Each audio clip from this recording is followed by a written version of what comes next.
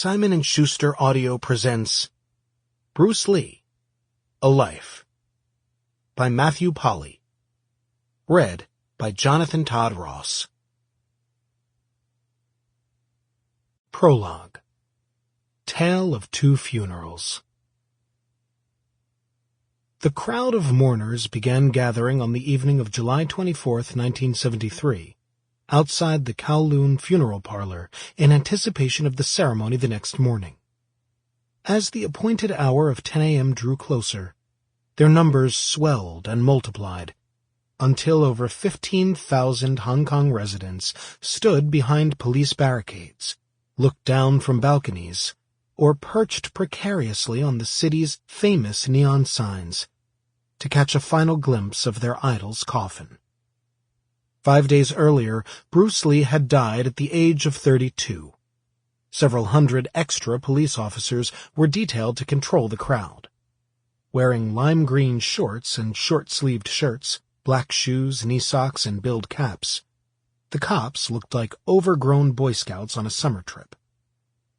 The South China Morning Post described the scene as a carnival.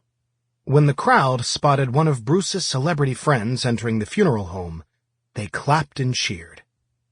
Wearing sunglasses to hide tears, the famous arrived one after another to pay their respects to the man who had put Hong Kong cinema on the world map.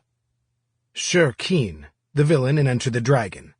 Nancy Kwan, the star of The World of Susie Wong. Nora Miao, Lee's longtime co-star. Pop singer Samuel Hui, a childhood friend. Even Lo Wei, who directed two of Bruce's films. One of the few famous faces to skip the event was Betty Ting Pei, in whose apartment Lee had died. Much to the disappointment of the throng, Betty chose to stay home where she was reported to be under heavy sedation.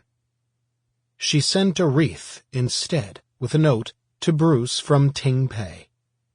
Next to it, a tearful 6-year-old boy dropped a spray of flowers with a simple message. From a little fan. For the scores of fans who had stayed the night, the saddest moment was the arrival of Lee's wife, Linda, reported the China Mail. A black Mercedes pulled to the curb, and Raymond Chow, Bruce's business partner and the head of Golden Harvest Studios, opened Linda's door and gave her a hand. Linda was dressed in all white, the Chinese color for mourning, a white double-breasted long coat down to her knees, white slacks, and a white turtleneck. Her light brown hair was cut short. Big, round sunglasses. Sample complete. Ready to continue?